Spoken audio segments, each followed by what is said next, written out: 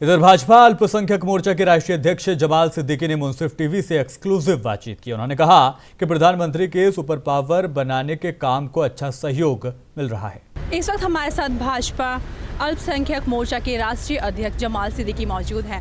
मैं आपसे जानना चाहूँगी कि देश भर में मुस्लिमों को जो मित्र बनाने की जो मोदी जी बात कर रहे हैं, मित्रता जो चल रहा है, उसमें लोगों का किस तरह से रिस्पांस मिल रहा है? नहीं, बहुत अच्छा रिस्पांस है अल्हम्दुलिल्लाह। और लोग प्रधानमंत्री से जुड़ना चाहते हैं, लोग प्रधानमंत्री जी को जानना चाहते हैं, लोग प्रधानमंत्री जी के जो अच्छे काम हैं, जो देश को मजबूत बनाने का काम है, जो भारत को सुपर पावर बनाने का काम है, उसमें अपना योगदान देना चाहते हैं। इसलिए बड़ी संख्या में लोग मोदी मित्र बन रहे हैं। आज भी हम उमर इलासी साहब से मिलने आए थे, हमारे धर्मगुरु हैं। उन्होंने बताया कि वो तो 30 साल से मोदी मित्र हैं। तो जिस प्रकार से उमर इलासी साहब मोदी मित्र बनकर देश को मजबूत करने का काम कर रहे हैं, उसी से हम मिलने आए और हमने कहा कि आप दुआ करें कि आपकी तरह लोग भी जो है मोदी मित्र बनकर देश को मजबूत बनाने का काम करें। उन्होंने दुआएं दी हैं।